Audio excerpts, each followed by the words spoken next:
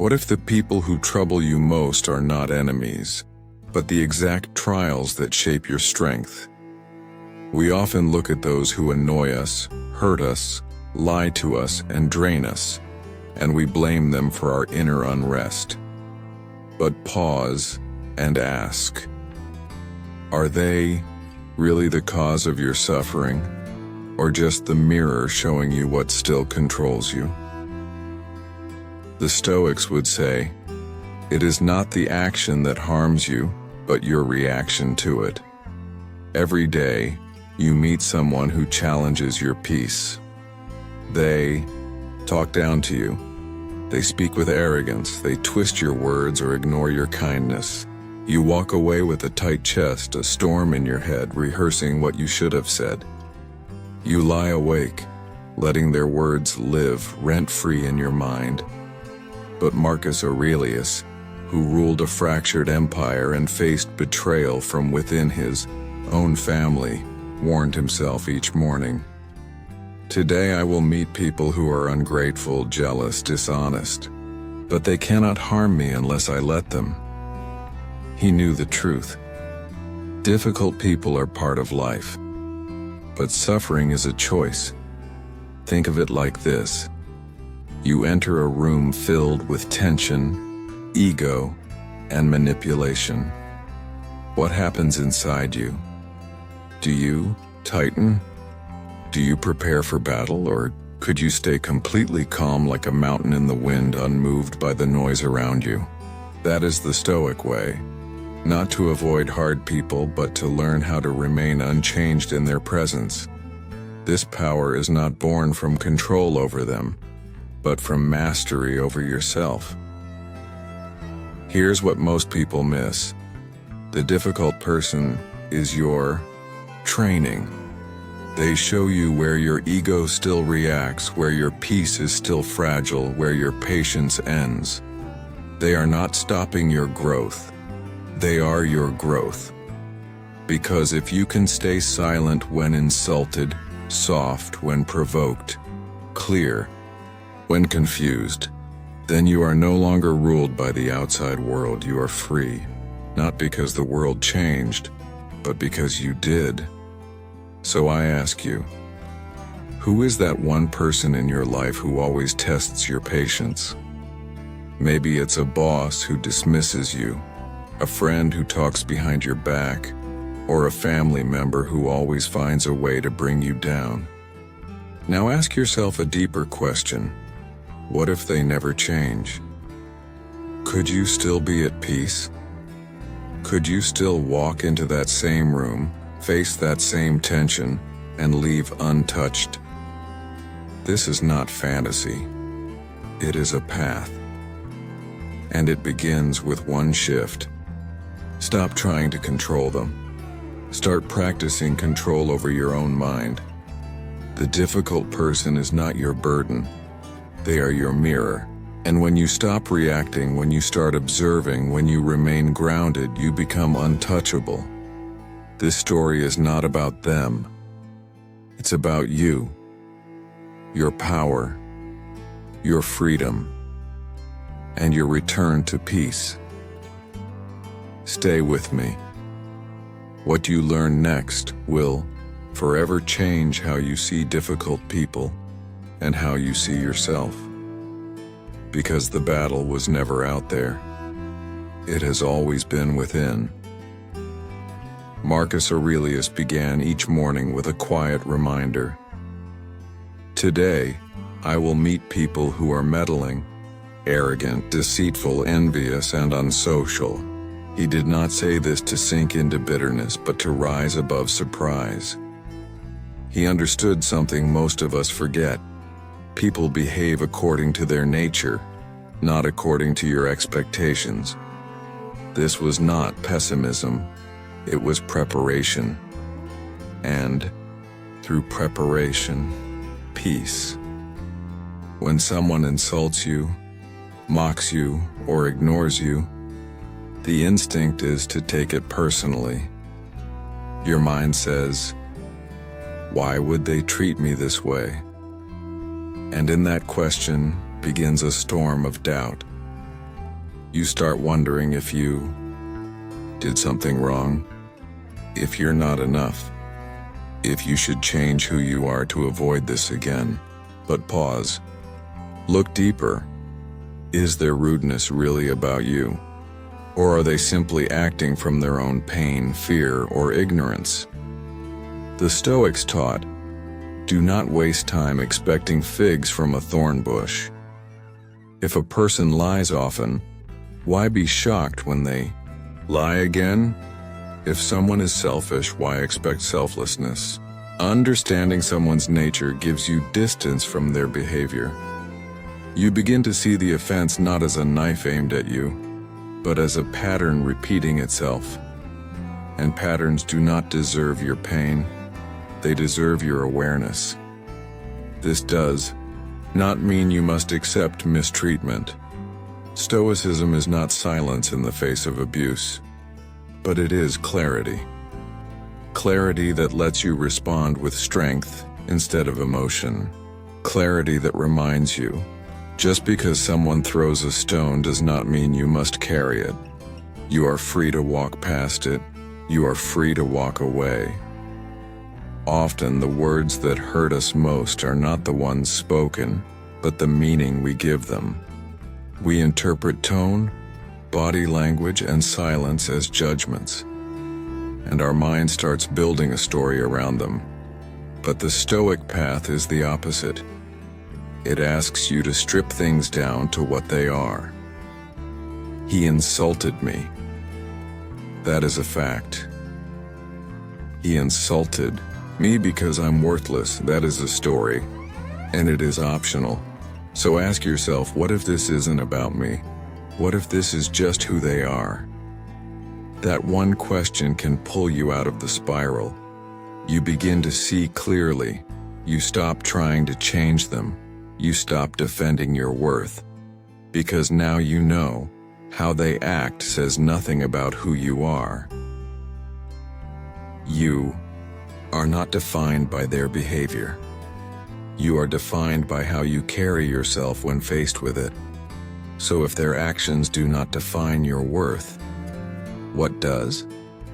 That is the next step. And it begins from within.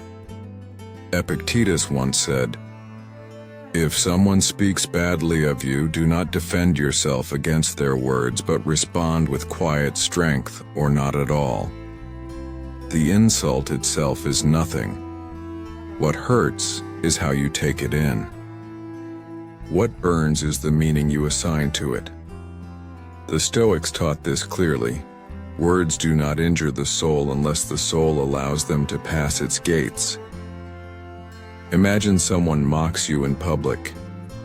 They raise their voice, twist your name into something small. Everyone looks, you feel the heat rise in your chest.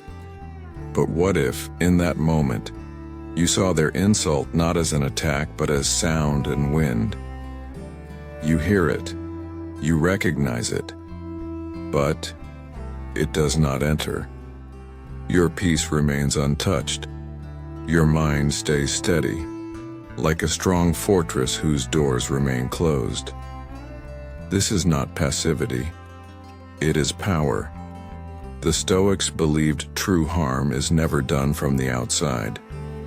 The body may suffer, reputation may fall, but your mind, that is sacred ground, and you are its only guard. No one walks into it unless you open the gate. So why hand your peace to the first person who shouts? Think about how often insults stay with you. Long after they are said, they echo. Not because the words were powerful, but because you gave them a home inside. You fed them with thought. You replayed them like a song you did not choose but could not stop singing. This is where suffering begins, not at the insult, but at the attention we give it. Now ask yourself, is their opinion more valuable than your own? Should their words shake the calm you've built within? The Stoics would say no. You protect your peace not by fighting every insult, but by rising above them, by refusing to let them take root. This isn't easy. It takes practice.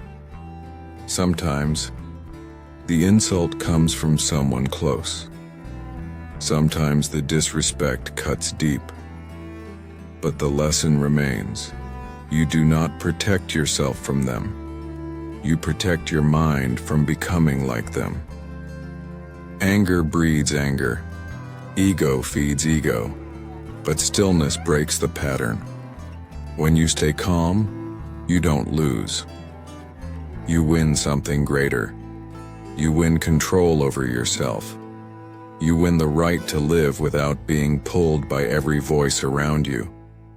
And, slowly the people who used to shake you begin to lose their power. But what about when someone crosses a serious boundary? When the insult becomes more than words? When it turns into betrayal, violation, or harm? That is the next question. And the Stoics answered it too, not by silence but by right action. Let us walk there next. Stoicism is not weakness. It is not silence that swallows pain. It is the practice of precise action, choosing what is right, not just what feels good in the moment. When someone crosses the line, you do not need to scream or strike back. You do not need to destroy. You simply draw the line they are no longer allowed to cross. Marcus Aurelius never said, "Let people walk over you." He said, "When another blames you or hates you, or people voice similar criticisms, go to their souls, penetrate inside, and see what sort of people they are. You will realize there is no reason to be racked with anxiety that they hold any particular opinion about you. In other words, know who they are. But more importantly, remember who you are. A boundary is not bitterness, it is clarity. When you say, "I will not accept this," you are not punishing the other person. You are protecting your peace. You are honoring the part of you that refuses to carry poison in the name of politeness. And you can do this calmly. You can say, "No more," without hate in your voice. You can leave the room, the job, the relationship, not in anger but in truth. This is strength. Not the strength that clenches fists, but the strength that stays open while saying, "This is as far as I go." Because when your response is born from wisdom, not emotion, you stop giving others the power to shape who you become. Too often, we believe that to win, we must be louder, tougher, more aggressive. But what if real power is choosing not to become like those who hurt you? The Stoics taught that it is better to suffer injustice than to commit it. Not because we enjoy pain, but because we know the soul is more important than the score. So, when someone keeps pushing, testing, disrespecting, what do? You act, not react. You decide, with clear mind and steady heart. This ends here. And if they do not change, you do. You change your location, your access, your presence. In their chaos, you take back control not by force but by exit. This is not easy. It takes courage to walk away without bitterness, to set a boundary without revenge. But you are not here to win arguments. You are here to win your soul back. And each time you choose a calm, firm boundary over rage, you do exactly that. But what if they still don't stop? What if no matter how firm you are, they push harder? That's the next question, the final test. And the Stoics left wisdom for that moment too. So let's walk forward. Marcus Aurelius once wrote, "When you wake up in the morning, tell yourself, 'Today I will meet people who are interfering, ungrateful, arrogant, dishonest, jealous, and surly. He did not write this as a complaint. He wrote it as a reminder, a preparation, a kind of spiritual armor, because he knew they will come again, the difficult ones, the testers of patience, the teachers in disguise. The same person who irritates you today may return tomorrow and again the next day. But this is not punishment. This is training. The Stoics did not avoid adversity. They welcomed it as the fire that tempers steel. Repetition is not there to wear you down. It is there to polish you.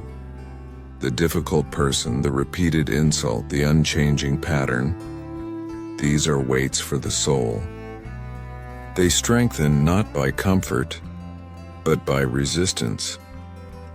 You do not build a calm mind by escaping problems. You build it by facing them again and again until they no longer move you. Think of the boxer who trains not with a gentle partner, but one who strikes back. That is how your mind learns its balance, not in silence but in storms. This shift in view is where your power begins. When the difficult person returns, you stop asking, "Why is this happening to me?" and start asking, "What part of me needs strengthening today?" If they lie again, it teaches you to love truth more fiercely. If they shout, you learn the strength of your silence. If they gossip, you practice the art of staying above. They are not your enemy. They are your whetstone, a mirror showing you where ego still rules, where patience still cracks, where pride still burns. And each encounter is a chance to practice something higher: courage, forgiveness, clarity, restraint. But be careful. Not all repetition refines.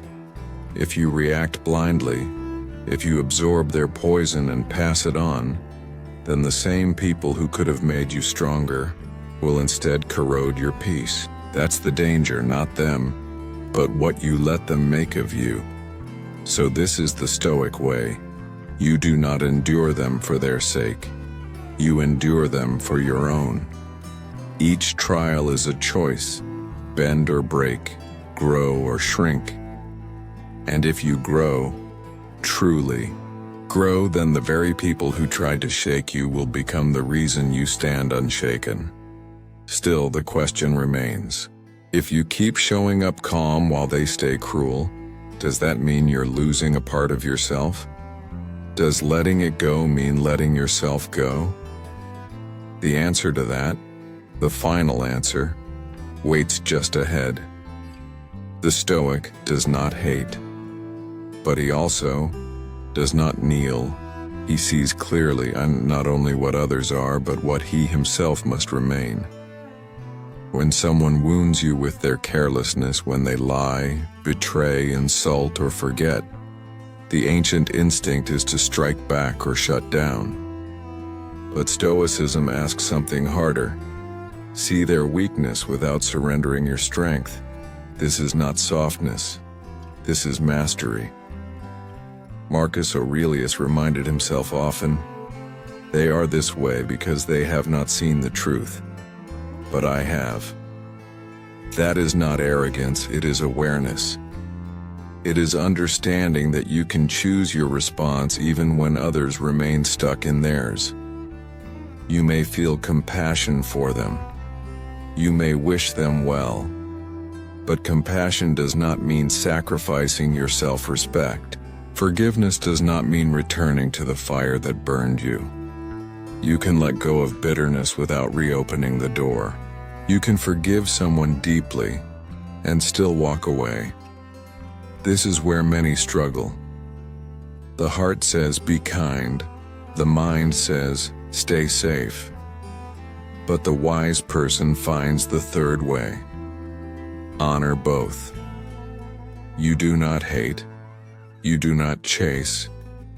You simply choose peace over drama, dignity over reactivity, This is how the Stoic walks.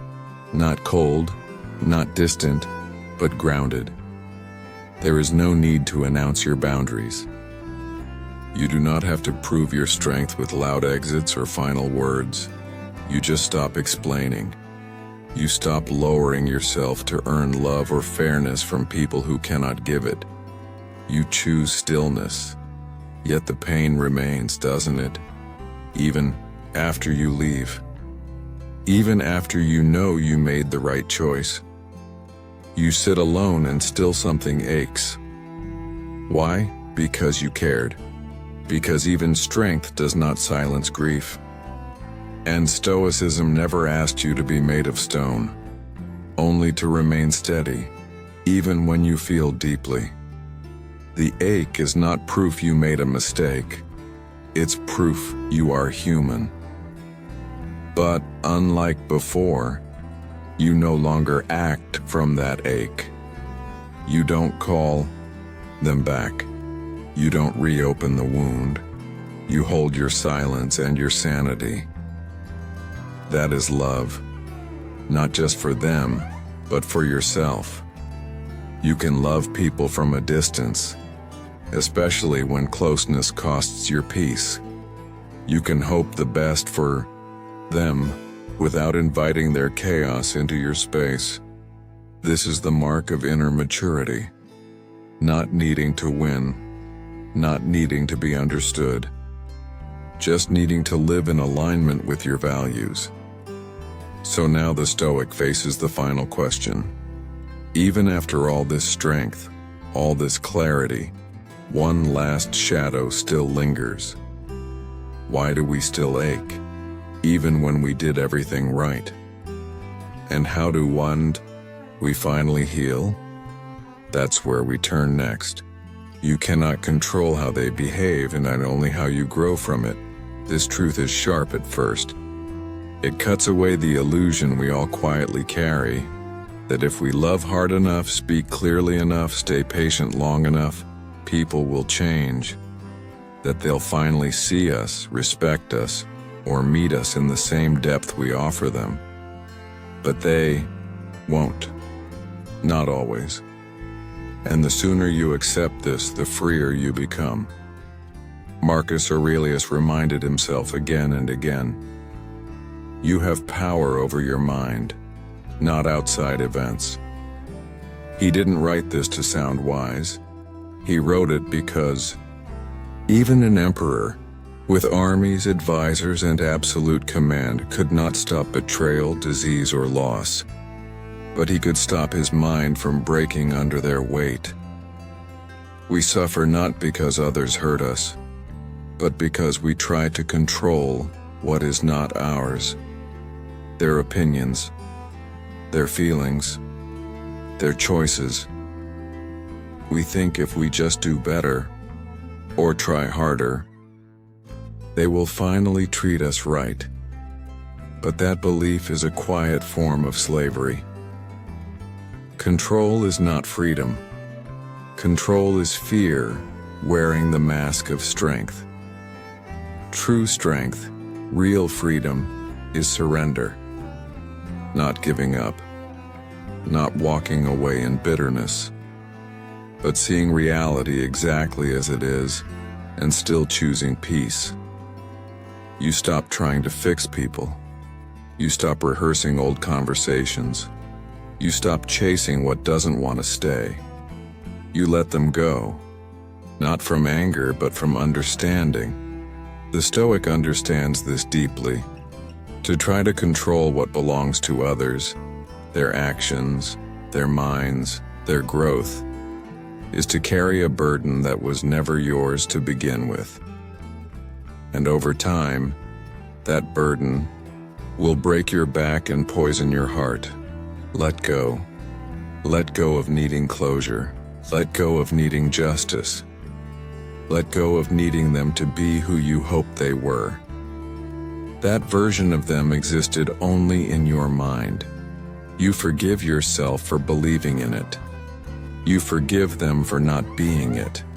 But letting go does not mean becoming cold or hard. It means becoming light. There is no greater liberation than this, to walk through a world of chaos and not let it enter you, to witness betrayal and not become bitter, to be tested and remain soft, to watch people leave and still remain whole.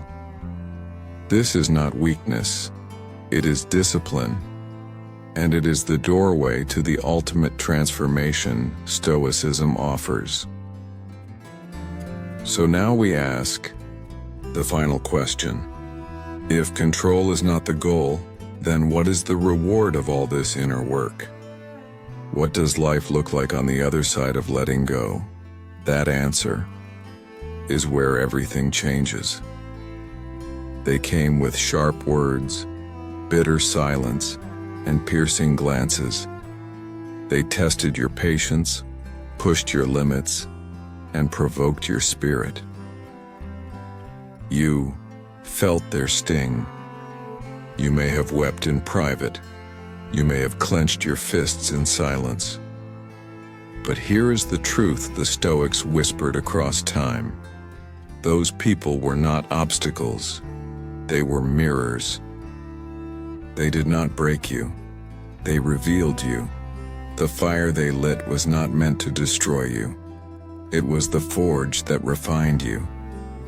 In the heat of their cruelty, your temper was burned away. In the weight of their judgment, your need for approval dissolved. In their rejection, you discovered what could never be taken, your self-respect. The difficult ones, they became your teachers, not through kindness, but through contrast. They showed you what not to become. And through them you found who you are. Marcus Aurelius did not curse his enemies. He thanked the hardship for sharpening his mind. He did not say, "Why me?" He said, "This is what I was born for." You too were born for this, to rise, not in comfort but in confrontation, to find stillness not in silence but in storms. The real enemy was never the person. It was the reaction, the impulse, the loss of control. But now you see it, now you hold it. That pause, that breath, is your sword. Your power is not in shouting louder. Your strength is not in revenge. Your greatness is in restraint. And in that space between provocation and response, you have become untouchable. So now the question remains, not will life throw fire at you? It always will. But will you walk through it without letting it touch your core? Will you learn to thank the storm, not because it was gentle, but because it made you unstoppable? If you're ready to let your reaction become your mastery, that's where real strength begins. There will still be noise. There will still be critics, manipulators, those who misunderstand you and those who mean to. But you will meet them differently now. Not with panic, not with poison in your heart, but with clarity in your soul. Because you are no longer at the mercy of other people's chaos. Their storms may rage, but your sky remains clear. You've remembered what the Stoics never forgot, that peace isn't given, it's chosen, moment by moment, thought by thought, action by action. They taught that the world outside is full of fire, yes, but the fire inside, when mastered, becomes light. And that light cannot be darkened by anyone else's shadow. This is what you now carry. The understanding that Stoicism does not remove difficult people, it removes their power over you. You may still have to stand in the same room, hear the due, same insult, watch the same games being played, but your mind is free. Your reaction is yours. That, the Stoics would say, is true kingship, to rule your inner world while others lose theirs. So if this message gave you strength today, if it reminded you that you are not helpless, not weak, not reactive but sovereign, share it. Someone you know may be drowning in the chaos of another. Let them breathe again through this. And before you go, ask yourself one question, and maybe even write it in the comments. Who in your life became your greatest teacher? Without even knowing it, often the ones who tested us the most gave us the tools to rise, not because they were wise, but because we were ready. Ready to turn pain into power, conflict into clarity, presence into peace. The fire shaped you, but it never owned you.